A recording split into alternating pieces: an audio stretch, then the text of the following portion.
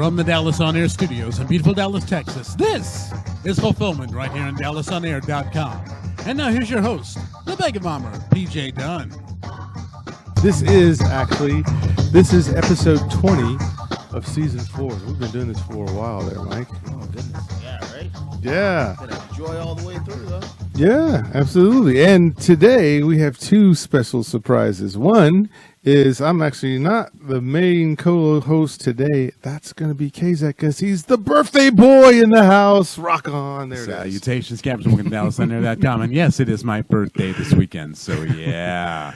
Yes. And if that wasn't enough goodness for you, since we're going to talk about horror today, we brought back a guy that has horror in his name. It's Horror Mike. Hey, as always, tons of fun. You know, it's that spooky season. This is my favorite time of year for movies, November, October. Yep. So, of course, I just manifested here. They don't even think they asked me. I just showed up. I was like, we're talking horror movies tonight, guys. That's right. He just came in through the walls, and he's here. So I'm here, man. Some good spirits going on. Woo! Good, watch out.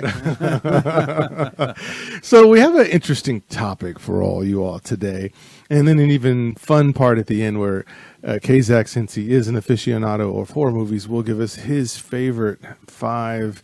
Yes, we made him choose between all those movies to pick just 5, like trying to pick your favorite child, I guess. Right. And he's going to do it. So we got to watch just for that drama alone. So definitely hang around for that. It's a big topic. But what's the first is this?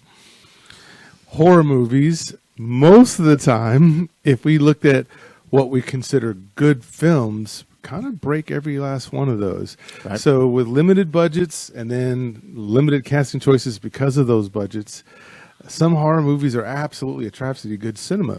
However, even with that being the case, more often than not, sometimes people still find these movies ultimately satisfying. So the question then was, hey, so how is that possible? If it's not really hitting the themes that we would call a good movie, what is it that the people who watch these films know that the critics don't know? So today we're going to talk about that. We're going to talk about what's the charm of these films that have low budgets, that have horrible CGI and all these other and bad acting and horrible dialogue and no screenplay, possibly a screenplay. And if they have a screenplay, it makes you want to scream like the chicks in the film that are screaming already because it's just not on kilter. Yep. Yet we still love them anyway. Right. So, gentlemen, that's where we're going. We're going to go there first. And so I do have a few questions that I wanted to think about first, and it's usually for contrast. And it's this. Are there any, since we know that a lot of them are bad, are there any technically great horror films out there? So this is one I was kind of pondering, and I guess it depends on like your definition of like technical good, because like the first one that came to mind is a classic movie like The Thing. 1982. I have to defer to the KX. Usually great about the years on these things, but The Thing is a great film to begin with. Yeah. But then on the other end of that spectrum, you got movies like The Ghoulies, which is it's our topic personified. Like that is an amazing film, and it does everything wrong as a film. It is incredible how a movie can just keep face planting. And you almost respect it just getting back up and just moving forward about these little gremlins. I think to really kind of nail into the core what you're saying, I think it's a screenwriter put it the best. These like horror and romance are two of the only genres that are kind of foolproof to even when you do it bad, as long as you entertain those genre fans. That I think they're one of the few genre fans that love their tropes. Horror fans love the tropes. We love don't go into the barn. Don't hide under the bed. These are all like the stupidest things you could do in these situations.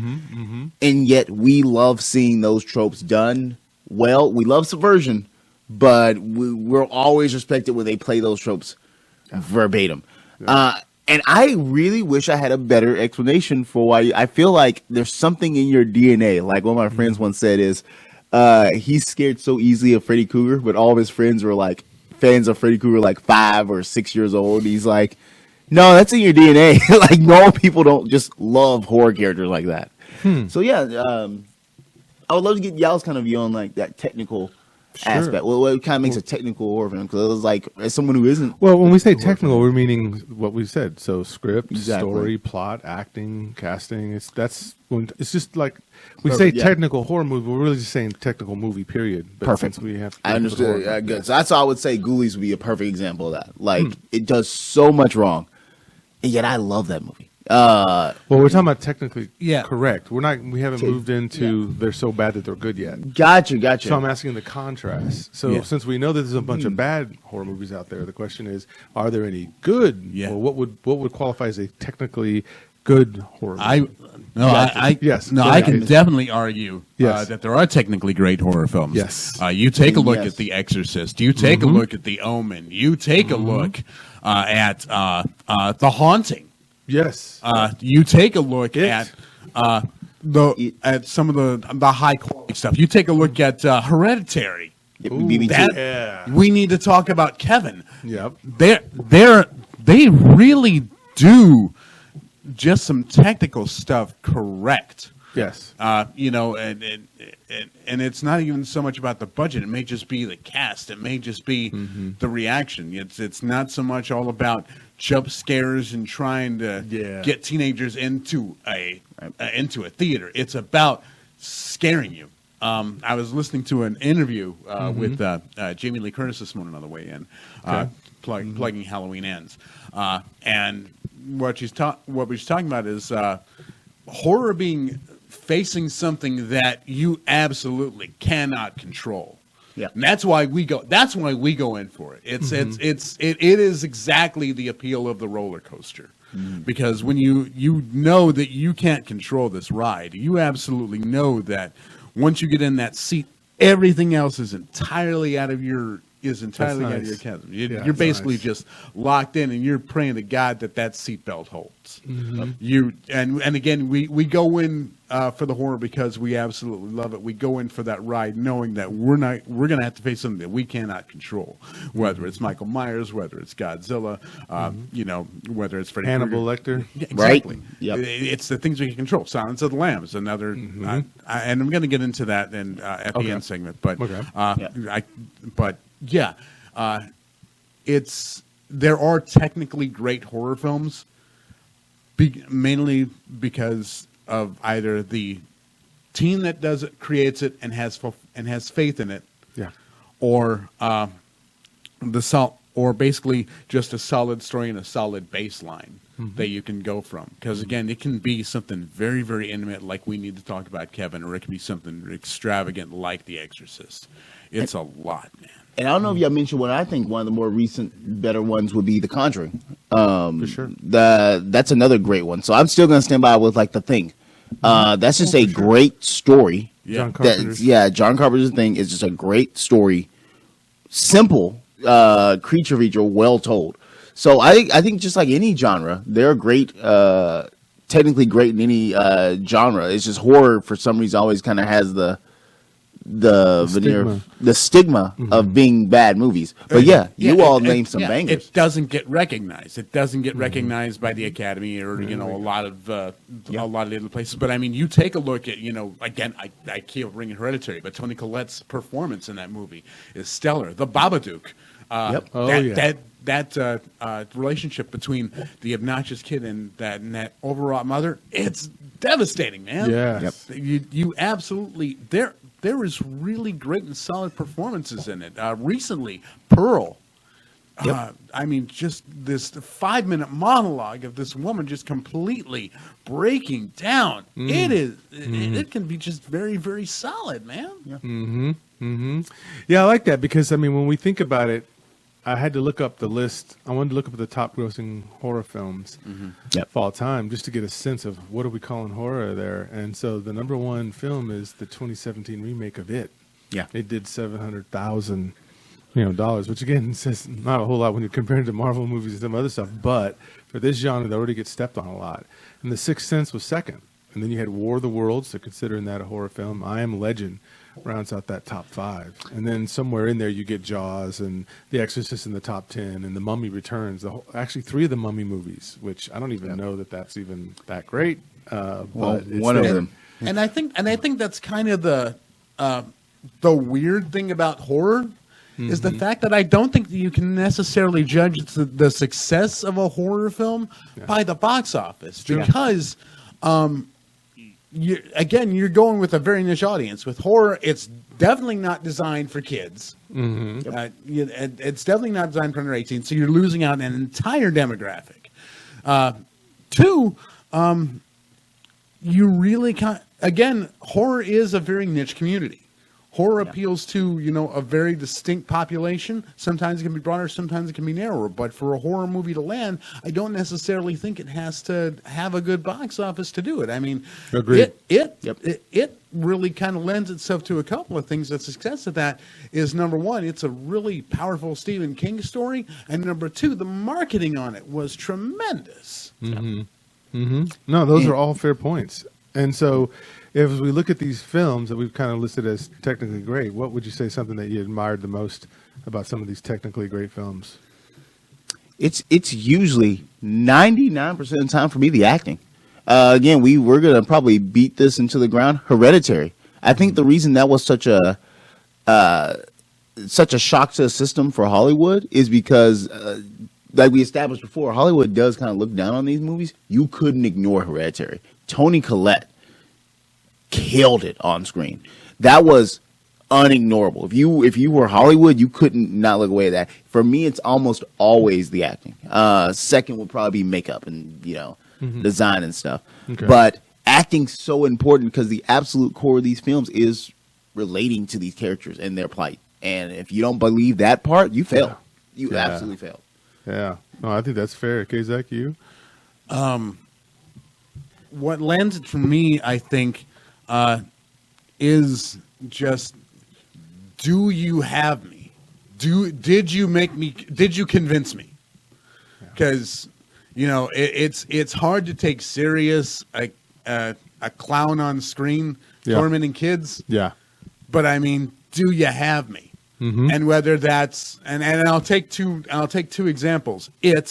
Where you have the killer clown, basically assimilating all these children's fears and feeding off of them, or two, do you have my sense of humor and give me killer clowns from outer space? Yeah, it's just dumb. It is a dumb film. It is a dumb concept, and yet the whole thing is just fun to watch. Yep. Do you have me for the ride? And that's that's plot, that's effects, that's storytelling, screen framing. More importantly, just do you have me?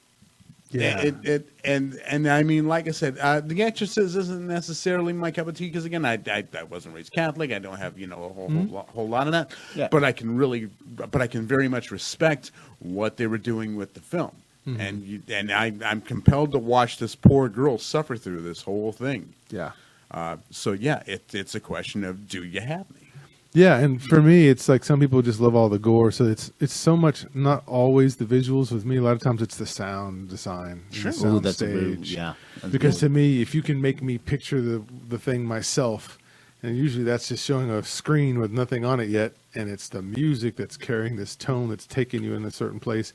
And so I don't like jump scares at all. I think that's, there's a time where you could use them, but a lot of times, there are 15, 20 of them in a movie. And at some point you're like, okay, all right, bro, we got you. You got a black cat jumping out. You got a ladder that's going to fall over and scare everybody. Somebody's going to show up behind somebody and go, hey, I got this for you. And they're going to jump.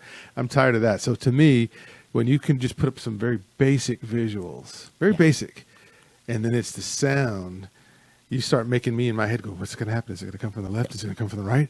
Is it a monster? Is it a ghost? Is it going to be right? And when I'm doing all that, you got me. To your point, Kazak, you got me when you've done that. So I really pay a lot more attention sometimes to the sound design. Yeah. That's why sound design was something I particularly took note of when I saw the movie The Witch from like 3 or 4 years ago. Yep. Matter of fact, that fits everything y'all just said. You had this great technical achievement. You had, in my opinion, outstanding acting. I couldn't really relate to their... Taylor-Joy is awesome. Oh, he's amazing. And then it was all sound design. You get the crunch of the woods. Yeah. Like, I saw that in theaters, and I was just like, I remember there was a point where there was a crunch in the movie, and I thought it was like next to me. I was like, oh, what? They're like somebody bringing in leaves? No, it's just good sound design. That's a no. I kind of kick myself when I'm thinking of that. Yeah, you're 100% right. That is another key element of a good movie, horror movie. I'll give two examples of it, and Okay. I've talked about these before, but because again,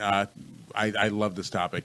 Yes. Number one, I'll go a past film and a recent film. Okay. Okay. The past film, Texas Chainsaw Massacre. Oh yeah. There's as violent and as bad of a reputation as that film gets, there is no blood. There is little to no blood in that film. That's all sound. That's all reaction videos. That's all following a terrified girl running through the woods, running through the back roads of Texas. It's terrifying. But that whole thing is just sound and reaction. The other one that I noticed sound design on is The Strangers with Liv Tyler. Oh boy, yeah. It is a Another good terrifying film. I mean, it's a very basic premise. Yeah. 3 people on a home invasion facing off against a couple. They're doomed. Yeah. They're just doomed. There is no cleverness. There is no genius, kung fu expert in here. No, it is just a couple on in a backwater town where there is nothing there, and the most chilling words. Why are you doing this? Because you were home. And the sound design is terrifying. You hear metal scraping. You hear terrifying thoughts. You see just little visuals of these people just popping in and popping out.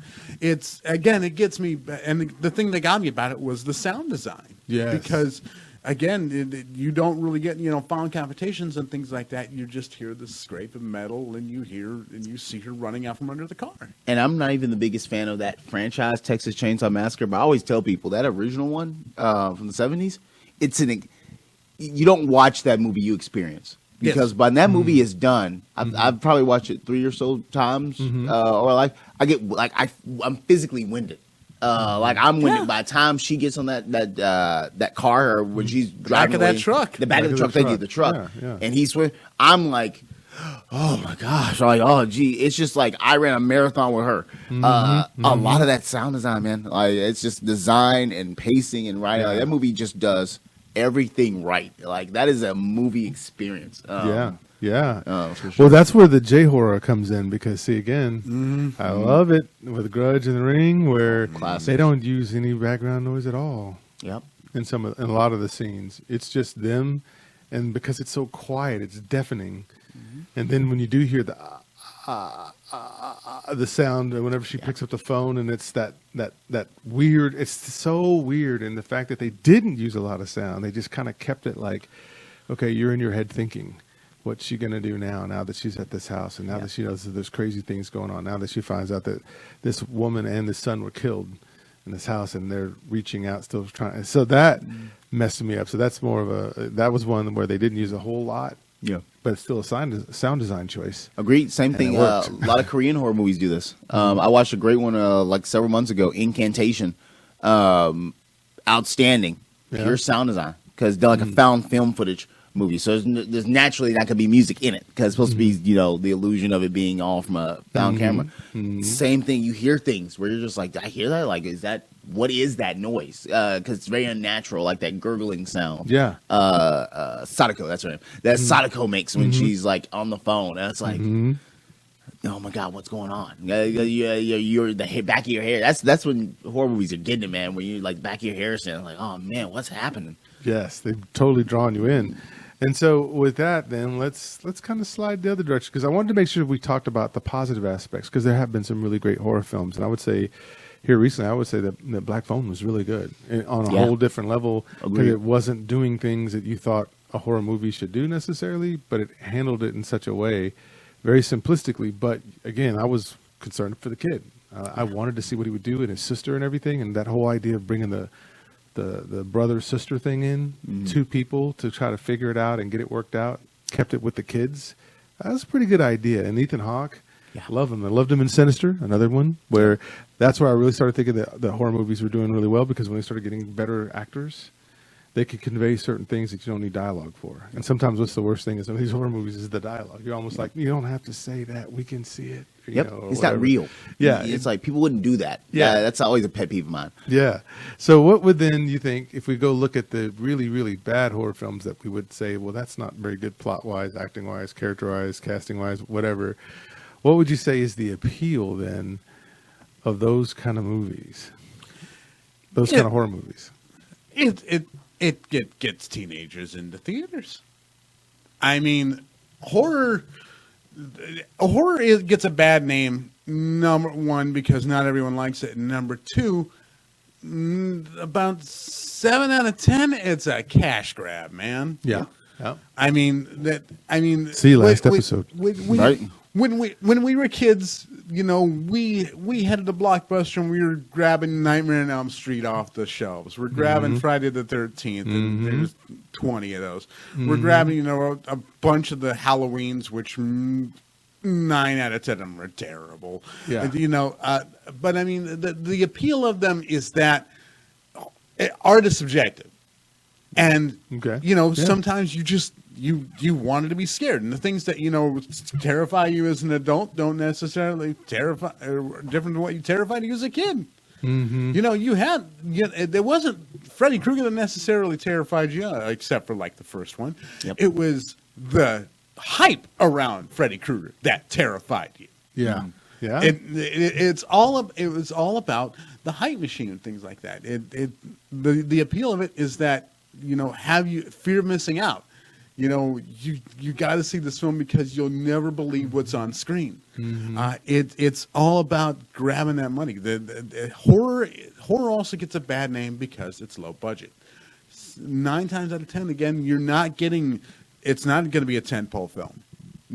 It's going to be basically a low budget, real intimate, small cast, small screen. Again, The Strangers, 5 people. There, you don't see anything other than that. Yeah. It's done usually on a small scale and doesn't necessarily get the big marketing campaign unless it's Stephen King's It. It's a matter of getting into those wallets, getting those kids into the screen, and basically saying, "Be scared for 90 minutes."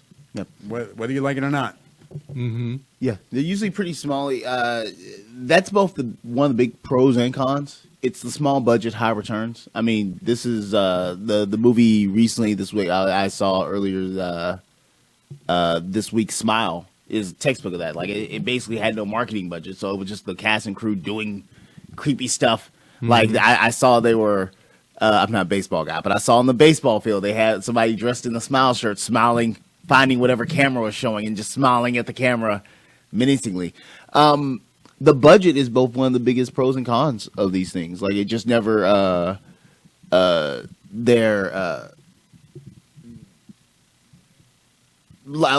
trying my best not to repeat what Kazak said, because I think he really nailed home what I think is kind of the thing with these movies. And I think that he desaturates all of it, but because I definitely want to. There's more on that I want to touch on when we move to them for sure. But I do. It's very nebulous for me because I always feel like it's one of those things that it feels like when I see it, I know what's wrong with it, but I've never really thought about what it is. Well, I think that let's just talk about it. It's pretty simple. We know this stuff, right? Yeah, right. The appeal is you've had a hard day, you've worked hard all weekend long, you don't want to go see Lincoln or Schindler's List, something that's too serious. Yeah, right. And you say, hey, the appeal is I want to watch something I can turn my brain off and just go watch it and have fun. I don't have to think. I don't have to worry about the plot, the script, and all that stuff because it at least is going to deliver some sort of scare or something frightening, right? Yep. So kids are always trying to push each other to see who can do what and how scary they can get. Would you jump your ramp and do all this? I mean, we're always pushing each other for that scary thing. And so I think the appeal is these films are so out of the ordinary, so out of what you would expect. You know you can go in and you can just drop everything because it doesn't require a lot out of you. It doesn't. It requires you to just sit there and be ready to be titillated by what shows up on the screen. So I think that's one of the big appeals to it for me. I know safety net. Mm-hmm. You know what you're going to get. You like there's again there can be surprises, but to your point, like I know my tropes. This is like again one of the few genres where I enjoy seeing these tropes over and over again, and it's weird when I don't see the tropes. Usually it's fun because it's like, oh yeah, you guys trying something different. But I see, yeah, exactly. It's like when I put that in, when I start that movie with that horror genre, I know base level what I'm going to get, more or less. Yeah. So and the thing is with horror is that like Mike said, basically they're going to throw it out there. They're going to spend maybe $3 million to make this film. That's going to make 24 million.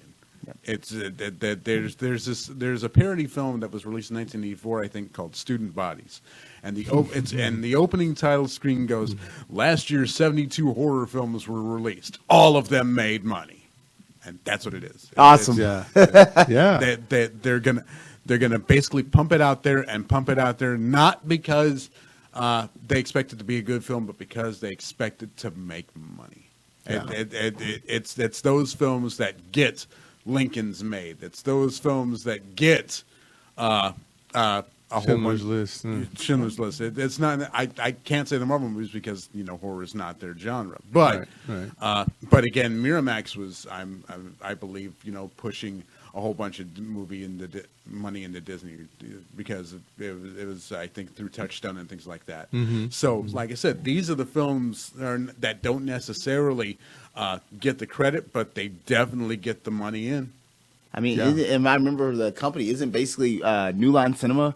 It's Freddy Krueger. If you kind of a hop and a skip, paid for Lord of the Rings. Oh, it's the house that Freddy built, man. Yeah, man. Like you don't get Lord of the Rings without Freddy Krueger. Bingo. Yeah. It's always amuses me. It's just like, yeah, you can thank Freddy. You like Peter Jackson's Lord of the Rings? Yeah, you thank Freddy Krueger for that. Nightmare on Elm Street. That's all them. I have noticed that again. Disney and Marvel Studios being the biggest exception, the gorilla in the room. But a lot of studios use those because they're easy money as long as you have a solid screenwriter to build up to a lot of the projects. I feel like they almost like they want to tell. Like again, off the top of my head, I'm sure there are others I can't think of, but New Line Cinema is the absolute big one. They always wanted to do like a Lord of the Rings type movie, but they were very passionate about those Nightmare on Elm Street movies, getting them kind of snowballing up, so to speak. Sure. Oh hell, go back to Roger Corman, man. The guy made films for probably $10,000 and still getting returns on a little shop of horrors, man. Yeah.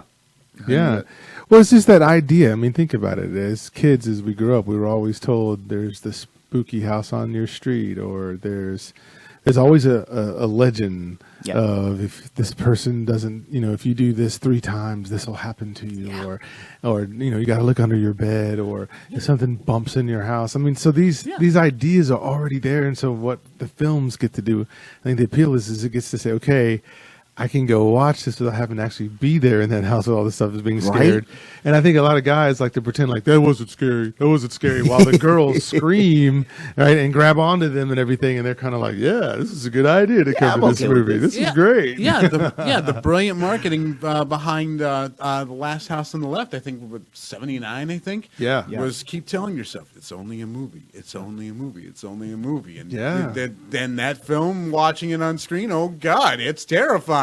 Yes. Oh, I remember Alien, the ad there. In space, no one can hear you scream. Yep. And you're like, whoa. Yeah, you're 3 years removed from Star Wars at that point, and you're going, oh, this isn't fun. This is frightening, man.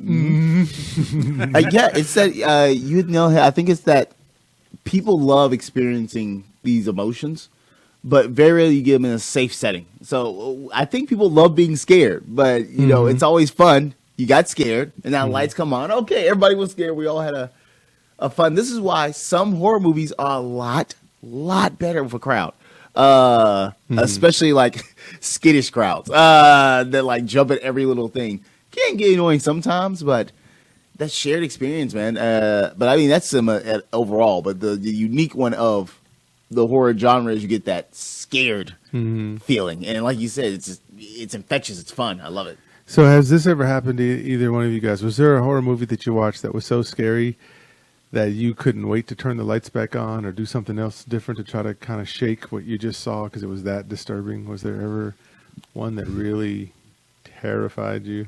For me, off the top of my head, and I feel like there's more, but I've also been a little bit desensitized to it now. would be the original Blair Witch for me.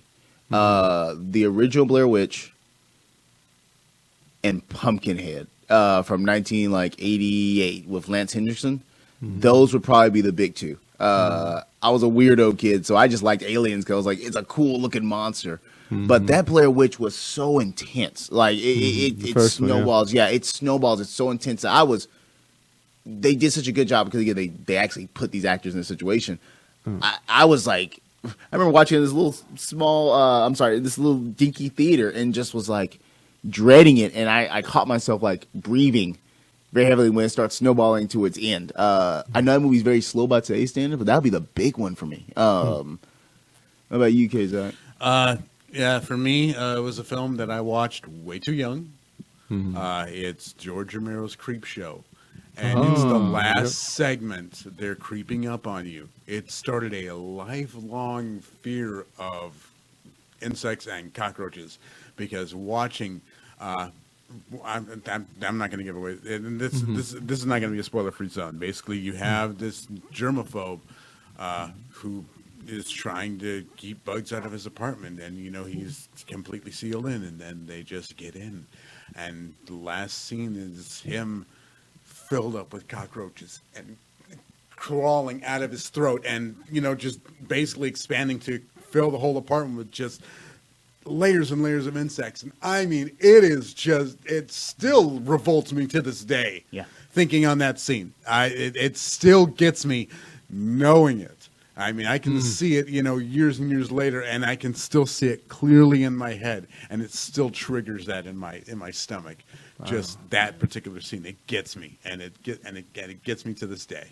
Yeah, wow, that's insane. Yeah, I remember there was a house on a street that was not too far from one of my auntie's houses, and it looked exactly like the Amityville Horror House.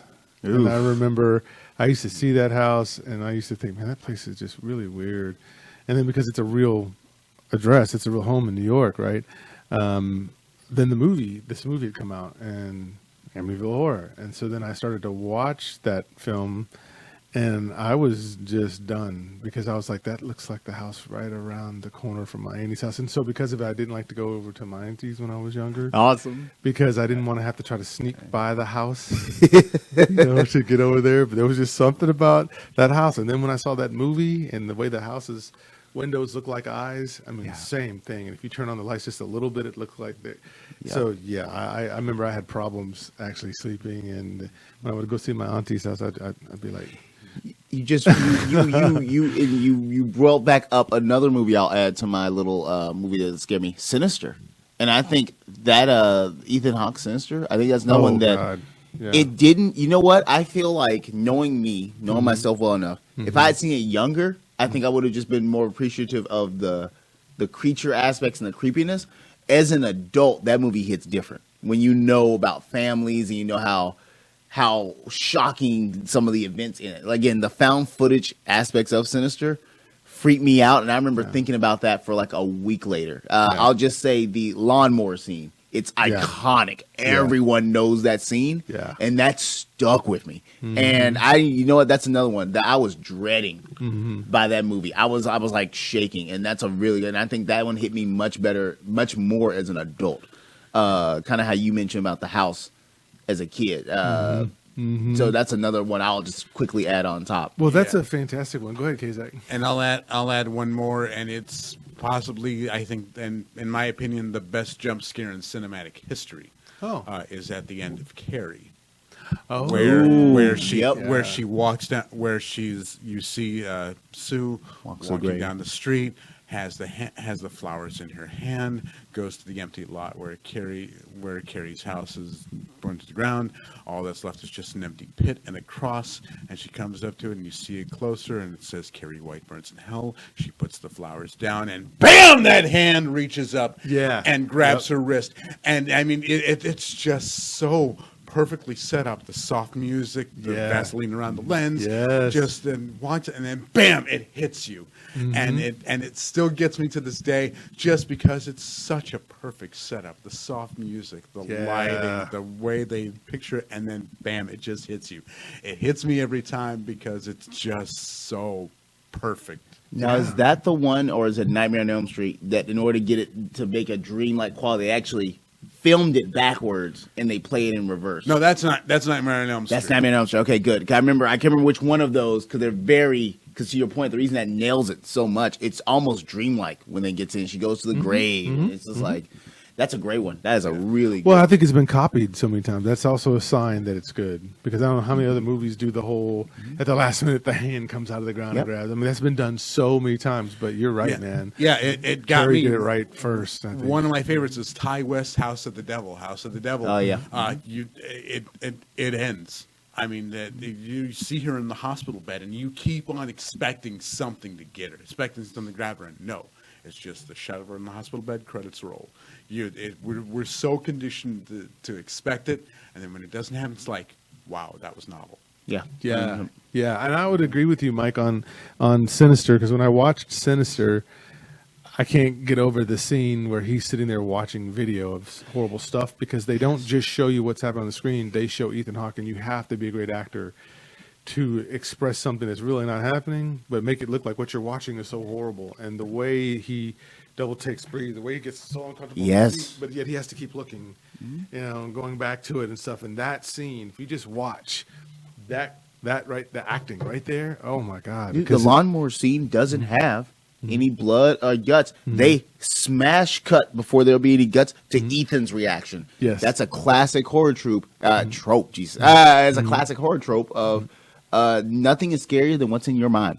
And you want to know, it's not horror, but I remember as a kid being kind of startled and scared with the trailer for 8mm, where it's just Nicolas Cage. Oh yeah. He's just freaking out, and again, they never show you what's on that. Now, when you see the movie, yeah, it's horrifying. Yes, but in a different type of horror, dog. But it's that's another example. Nicolas Cage was. He still is. He just likes his schlock. But not the bees, not the bees. Right? I'll go to my grave. Nicolas Cage is a very good actor, but he needs to be better about picking his roles. But back on point, that's a great example. It's you empathize so much with him that I'm like, what are you watching? Oh my God, I don't even want to see what you're watching because you're freaking out. And Ethan Hawke had that same energy with Sinister. Because the best scares in Sinister are just his reaction to what you saw. And then my mind immediately filling in like, what horrifying crap did I just see? Powerful stuff. I love that movie. I think that is such a great movie. Yeah, Sinister for me was excellent, other than the fact of the way it ended. Because after a while, when they started putting the kids in there too much, it wasn't as scary anymore. That's fair. And they had done so great to build up, because it was a believable story. Here's this guy that thinks he's going to solve a crime. He actually moves into the house with his family without telling them that it actually was a crime scene house. And the fact that he thinks he's going to try to help the police but he's writing a book really about serial killers. I mean, all that is plausible. It all makes sense. It's very simple, yet done so well. And I thought the design for Bagul was actually pretty good too. But I think it's towards the end it starts to lose a little bit, because they start showing kids everywhere, and the kids just weren't scary, but it did a fantastic job to get it started. Fair. And so with that, let's ask that question then. So if these movies are so good, even though they're so bad, is there anything that could have been done to make these films even better? No. I'm going to say no, because they're not designed to be good films. They're designed to be moneymakers. They're designed to get you. They're designed to get you for 90 minutes, and more importantly, they're designed to get teenagers their 90 minutes. Yeah, it's important. There's nothing to improve on. I mean, you can go high quality horror like the stuff that A24 is releasing. You know, Hereditary, Midsummer. You can go that route. But the fact is that it's either with horror, you're either, I think, dedicated to making money, or you're dedicated to making a point. Yeah. And the thing is that you're not. Why try to improve something that ain't broken? I mean, because like I said, you can go watch Midsummer and have the folk horror ride, or you can go watch Toxic Avenger and take that ride too, and it's fine. There's room enough for both. Horror is big enough to the fact that it doesn't need to be fixed. It just needs to be made. Don't be afraid to make horror. Make your own damn movie. And if horror is a great start.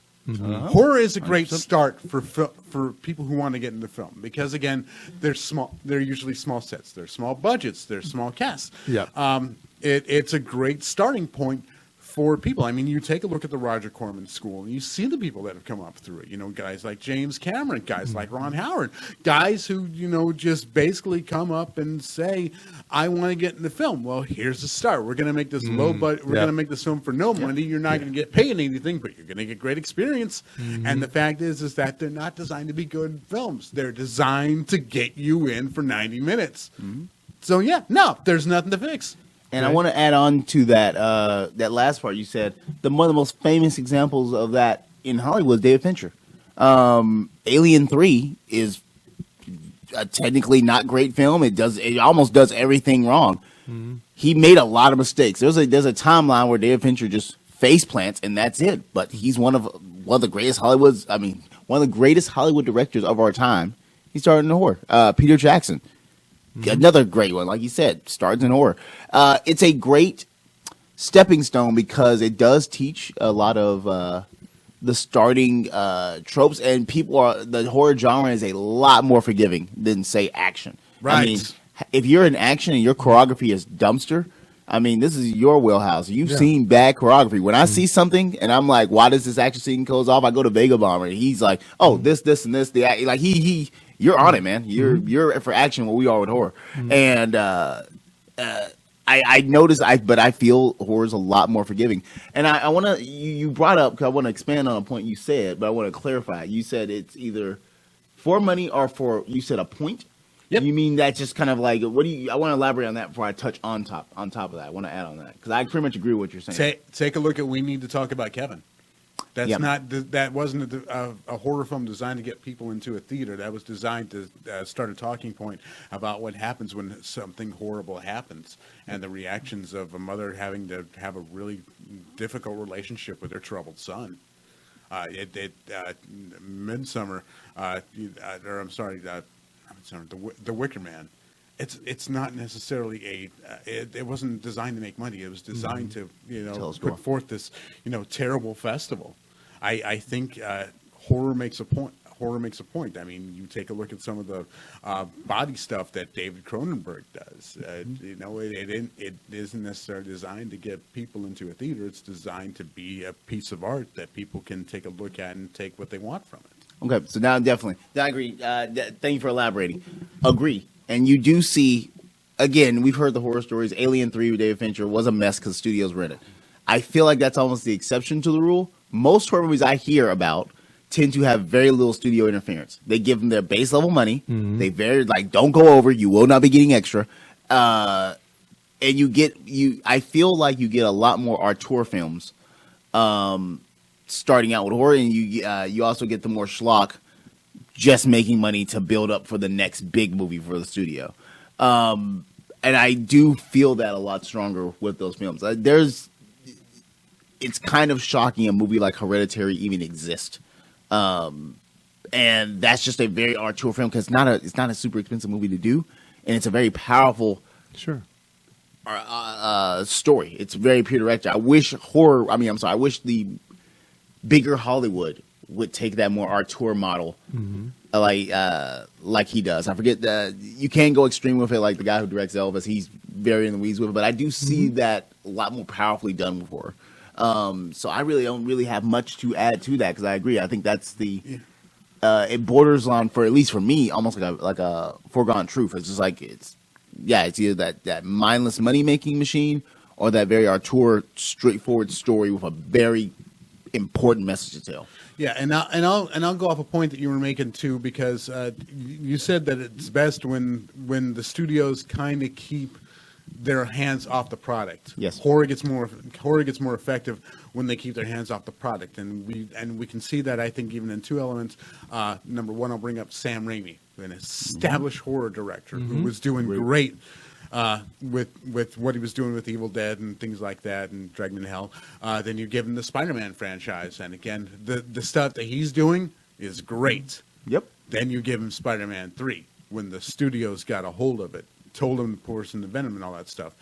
If they kept their hands off of it, it would have been a Spider-Man 3 had a chance of being a really decent film, and it wasn't because of all the stuff the studios forced him to have.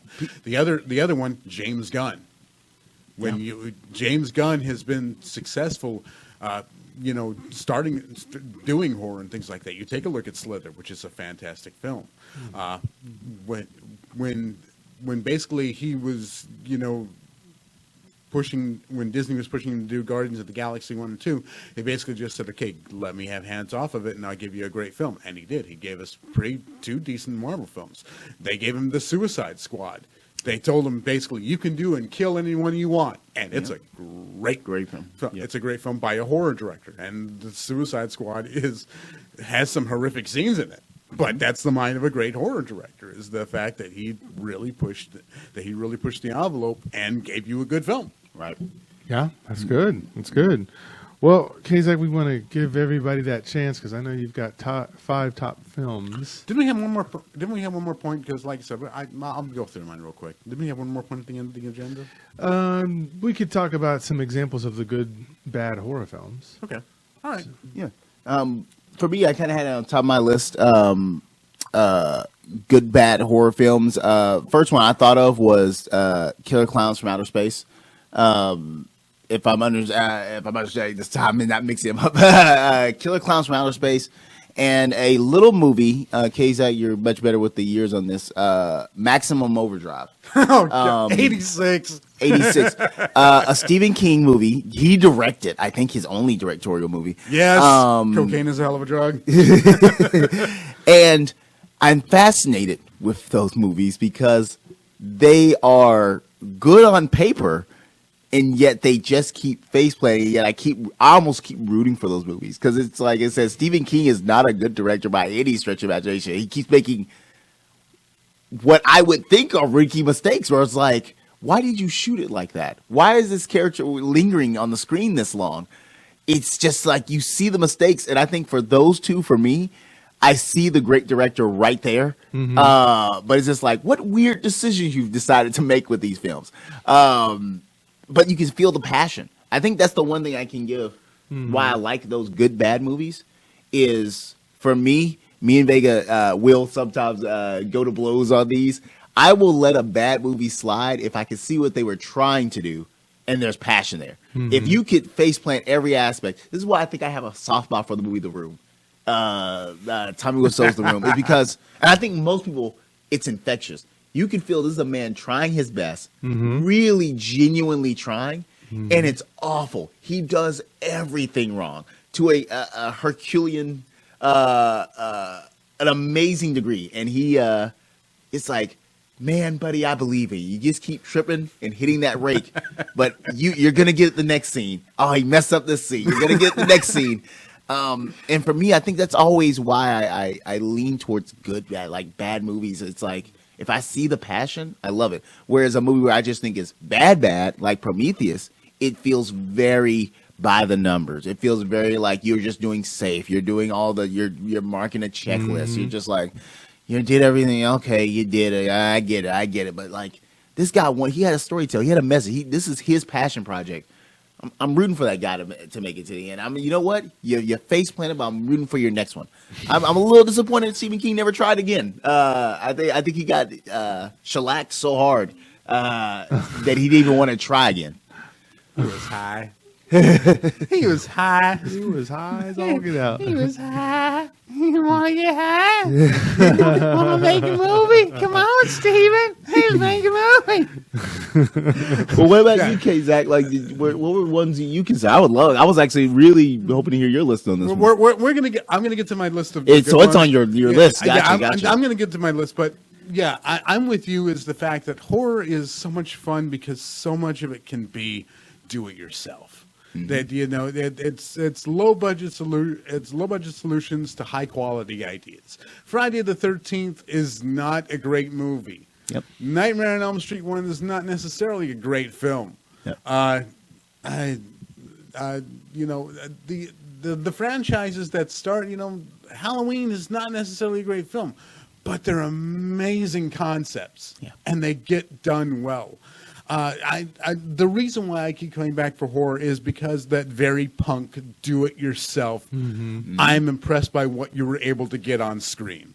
You know, whether you did it well or you did it wrong, I'm impressed that you at least got it on screen. You know, George A. Romero, God bless him, you know, didn't necessarily set out to make a great film with Night of the Living Dead, but man, is it a great film.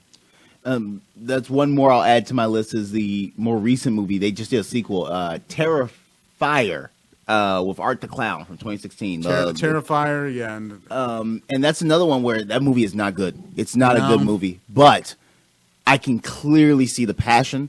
These are people who genuinely love this genre. They love the gore. They love the makeup. They love the special effects. Or I'm like, I've only seen it like twice, but it's like, I'll never go and just say you're trash. Like, I can clearly see everyone firing on I can feel these people worked overtime and enjoyed every moment of it. And that's another movie I would say is another good bad movie. For sure. Terrifier is not for me. It's too brutal for me. Same. But I can appreciate that there are people who dig it. You and I are on the exact same boat. I respect it, and I'm like, the people who made it weren't trying to cash grab. Right. They genuinely love this kind of gory brutality. That's like, I watched it twice, but I'm good. I don't want to really watch that again. I'm probably not going to watch the sequel. We'll see. But yeah, that's a perfect example. Meanwhile, Saw, let that shit go. Let it go. Let it go. Let it go. Yep. That's all I'm going to say about it. Yes. I figured the one that I saw was back in '86 when I graduated from high school, and it was just a lark. All of us want to go watch something. It was a movie called Chopping Mall. Yes! Oh, gosh. Oh, dear. So the idea that I was a teenager watching other teenagers being trapped in a shopping mall, and because of the robotic security system, they get trapped in a mall. I mean, that's just great. And then all of a sudden, because of a lightning strike, the robots malfunction, and they just start killing people. Yep. Right? And so it's so dumb. But we were laughing so hard, and I think probably one of the scenes we laughed at the most was these kids are having an after party in a furniture store. And it was so silly and stupid, but you had to laugh. This shit was just too hilarious. Have a nice day. Yeah. And that's the thing, is that what Mike was saying earlier is that it's fun to go in with a whole bunch of people, with a whole bunch of like-minded people who were there to enjoy the shared experience with you. You know, even if it is, just watching teenagers get horrifically chopped up. It's something that we can all share, but it's something that we can enjoy together for 90 minutes. Right. I got to give a shout out to the Alamo Drafthouse on the 30th. They're running one of my favorite things of the year, which is called Dismember the Alamo. It's been on the show for like 2 years.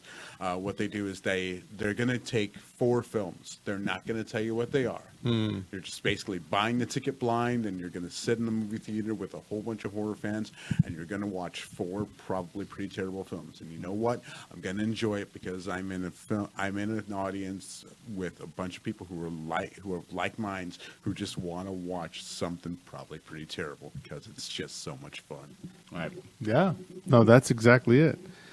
Well, Zach, we can't hold back anymore, man. All right. We got to hear what you got on these top 5 favorite horror This is films. one of the reasons I came today. Yeah, I said, we've gone into the bad horror. This is what I consider the good, the top, the cream of the crop. This is like I said, I had to indulge myself on this segment, so I'm very glad that PJ's letting me have this one. So. Absolutely. All right, so number 5, David Cronenberg's The Fly.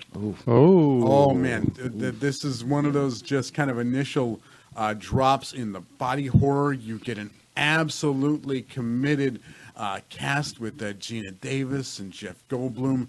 Everyone just going for broke. The effects in this are tremendous. The scares are ideal. And again, it is body horror. You see this man just slowly kind of melting away from humanity. Going from the peak of human existence to the dregs of just being turned into a fly. And while this is a weird concept from weird 60s Vincent Price film. It's a terrifying 1980s film. Again, brought with full revulsion, brought to screen by David Cronenberg. It is just terrifying. Ooh, that's But great. it's so good. Thoughts on this one? I'm a big. I've said ad nauseum. I love my creature features, and I love. You gotta get. There's a lot of great creature features that involve body horror, and the quintessential one is The Fly. Like I said, I was like, that's such a great one. I adore that movie. It's one of the few ones I still have on DVD. I was actually looking at it yesterday because I was reorganizing my DVD cabinet, and I love the movie mainly because it has been a while since I watched it. Though I'm going to rewatch it. You really empathize with him. Because if I remember correctly, he was a very sympathetic character. He wasn't evil. He wasn't a jerk. He absolutely. was just trying to. Absolutely He was actually trying to benefit society. Yeah. And when this all goes to hell, you really feel so bad for him, and that's why I remember loving about that movie. A lot of creature features do tend to have like Frankenstein, where he's just like I feel very selfish reasons. Not him. He was very. I wish I remember his name. He's very much trying to benefit society, and it just falls apart. So I love The Fly. That's such a great recommendation. I'm gonna rewatch. I used to rewatch all my favorite horror movies constantly. There's just such an inundation with streaming and stuff. It's so hard to keep up with everything. Totally. I gotta just shut off everything for like a week and rewatch it. That's what I'm doing over Halloween. I'm actually taking days off from around work just to watch horror films. Right? Nice. All right. So my number 4, a film that I thought was really kind of for everyone, and that's Beetlejuice. Oh, yeah. Okay. It's a comedy horror and things like that, but it is something that you've never seen on screen before. All the visuals, Michael Keaton's energetic performance, Gina Davis, Alec Baldwin, Jeffrey Jones, Catherine O'Hara, and Winona Ryder. The whole cast is just stellar, but the visuals on it are hysterical. It's just a weird, crazy little horror film, and I think it's one of those that when I was a kid, it was one of those kind of introductions into horror and comedy horror that it's really fun. It has just always been a fun film that I'll watch again and again, just because again visually it's something that you've never seen on screen before.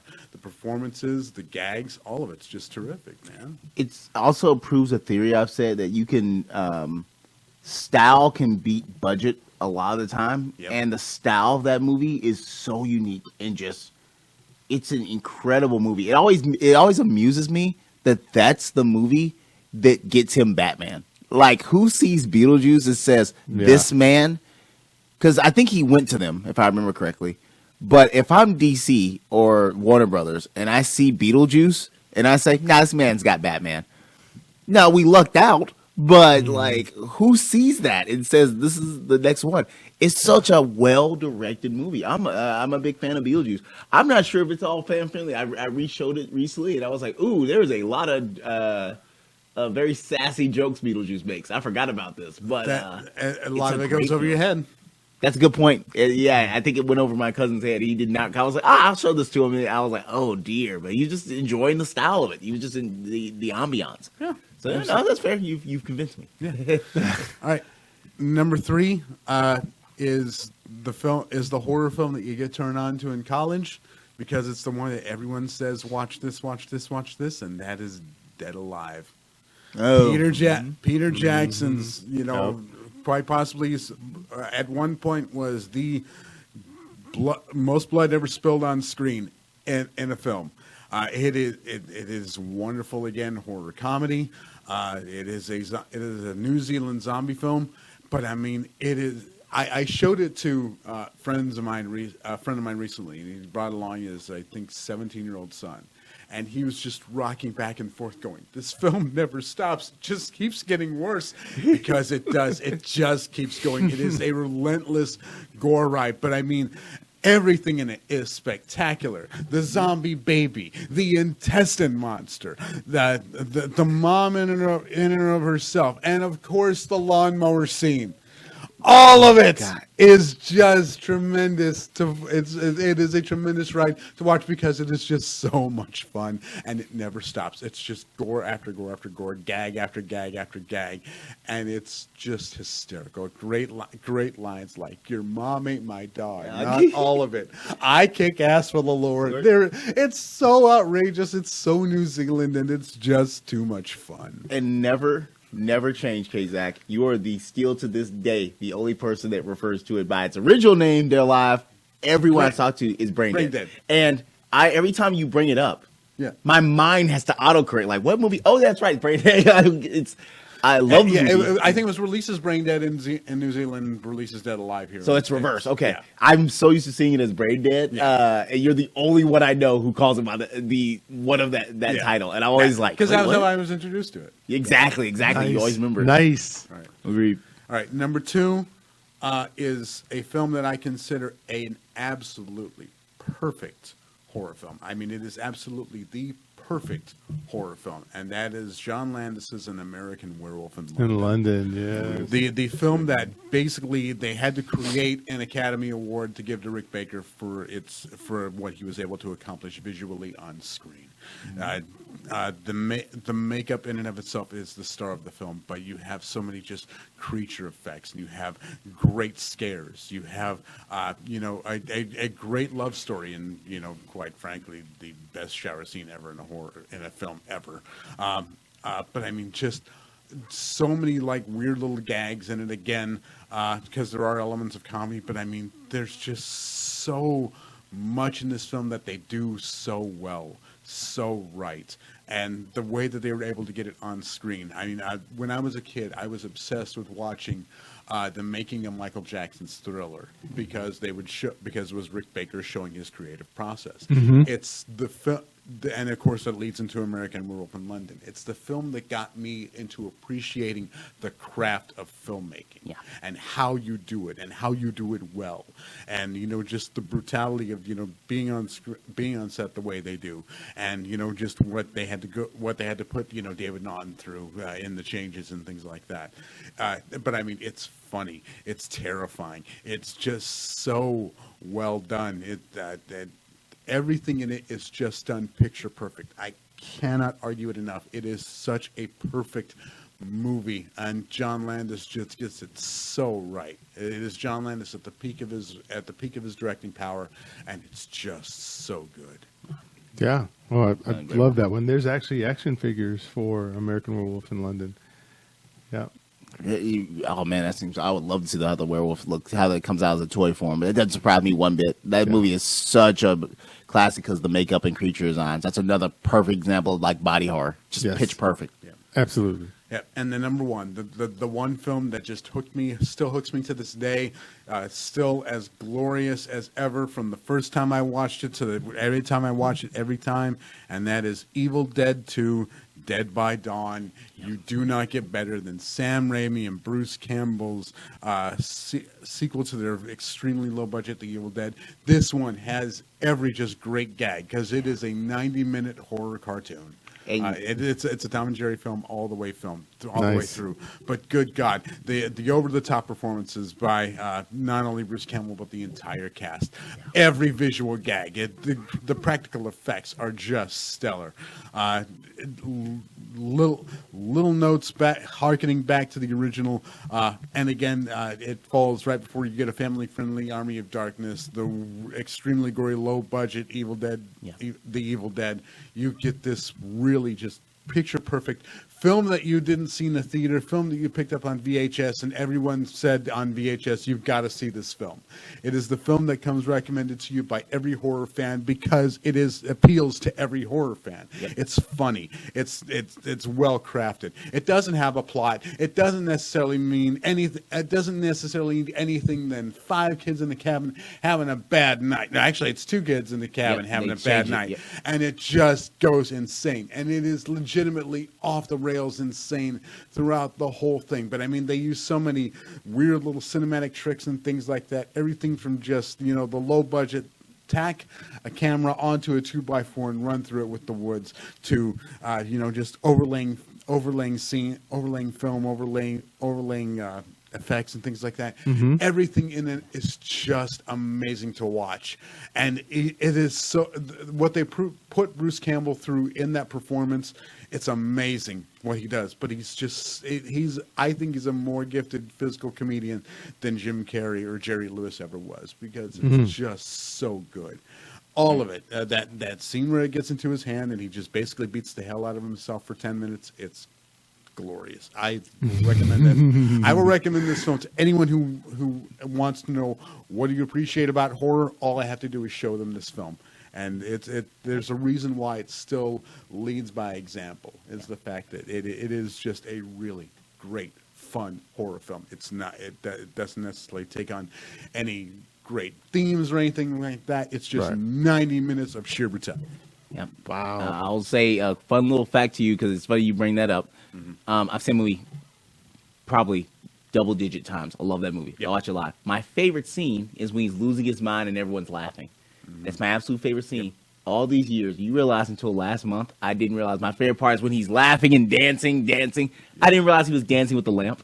I never realized. I just thought it was him just being goofy. Yeah. And I didn't realize until literally last month when I was showing that scene to somebody.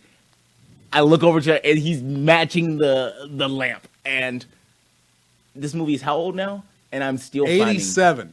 87.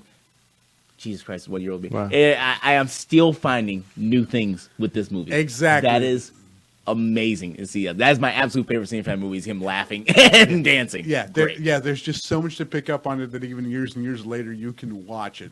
And again, when you watch, Spider-Man, Spider-Man 2 and things like that, and you see, where a great film director comes in, it's amazing to see the evolution. And again, it is, a couple of guys just going from a do-it-yourself thing to making really enjoyable films. Yes. Not necessarily good films, enjoyable films. Because that's the thing that gets you about horror, is that did you enjoy it? Did you enjoy the ride? There it is. Yeah. No, that's fantastic. I think people have to decide for themselves. Like, horror movies are a little bit more involved than you might think. Yeah. And if you think it's just a bunch of people running around just slashing people all the time, while there may be a lot of that, it's amazing how there's so many different styles inside the genre itself. Yeah. And then if you can go with a basic storyline or none, you can still create a spectacle that people will remember. Yeah. And it can be known for how people were titillated by it, scared, or that it had just one of the funniest scenes. And one of my favorite things I like, Kazak, with this is whenever the movie gets you to go, well, I'd have punched him in the face and I'd have ran out this one. I would never go upstairs. You don't go upstairs, you get trapped. Whenever it gets you critiquing the person on the screen who's doing stuff that you wouldn't do, they got you. They got you. Well, that was fantastic. Well, everyone, we just wanted to do this because we wanted to make sure that we, talked about Halloween, because it is the second biggest holiday after Christmas in terms of how much stuff people buy for it. So that's pretty interesting. And at the same time, also, we wanted to recognize our good friend, Zach here, because he's got an eclectic taste, is what I told him a long time ago when we first started doing these series. And I was doing it with somebody like the OG himself, Carlos Salinas, who's just film dude about everything. But then, I didn't know that my producer was going to be film dude about horror. Yeah. So between listening to Kazak talk about horror films and listening to Carlos, the OG, talk about anything that's film related, it was fun. It was really fun. So for that, I'm happy for him, and I'm happy for his birthday, and I'm happy that we got a chance to talk about Halloween. Yeah, that's right. Yeah. So with that, who are we giving shout outs to? We'll start with you, Mike. All right. As always, Mom, Dad, they try to watch every episode, so that's great. They love you, Mom and Dad. Right. My manager, Jesus, Keys Comics, also Garrett, employee. And just as always, you guys always bring me back and let me hang out and just chat and just talk movies. It's always fun, dude. Yeah. Love that. How about you, Kazak? We do want to go ahead and just shout out everyone here in DallasOnAir.com. As always, we do want to thank Jansen and Kat for giving us a home here every Sunday. We do, of course, invite you to make sure that you check out all the great stuff here on DallasOnAir.com. There's something here for everyone. Check out shows like Say Something, Two Peas in a Podcast. Check out all the great stuff. And we do want to go ahead and wish a quick recovery to our good friend Cole Houston. He's going through some medical stuff. We're going to go ahead and we will bring him back very soon to go ahead and finish up runs here on the Rancor Pit Live and Isle of Toys. We're going to bring that back real soon. But yeah, we do just want to go ahead and shout out all our friends here on DallasNerd.com, and of course send love to Cole, who we know is recovering, and we will see him back in studio soon. Yes. And I want to give a shout out to good buddy Sean Presley and Lauren Wiedauer, who really loved it when we were talking about Rad a couple of weeks, because he's still living in that world. So, but I love you to death, Lauren. That's awesome. Tristan Frazier, Harry Thomas, Prim, who's also a YouTuber, Troy Ross, Daniel Mesa, really, really good friend and fellow Hot Wheel collector, if you will. Freddie Eddie Medina, who is also a good friend with Cole Houston. And once again, I want to second that on just a speedy recovery to Cole. So I got to see him last night, and he seemed like he was in good spirits enough with everything that he's gone through. So that's great. A testament to the type of person he is. And then Stephanie Crane, and of course, I can't forget the film samurai himself, Carlos Salinas. Shout out. So that's it. That's this show, folks. We are going to come back again, as we always do, just twice a month. We'll be here in November. We'll have some stuff ready for you. So you get ready for us. If you heard some things today, if there's some movies that you thought were great, go ahead and watch them and put it in the comment section. Let us know what you thought of those films. I think you heard a bunch of good films. So with that, and the crew, the fulfillment crew and special contributor, Horror Mike, we're saying... Deuces.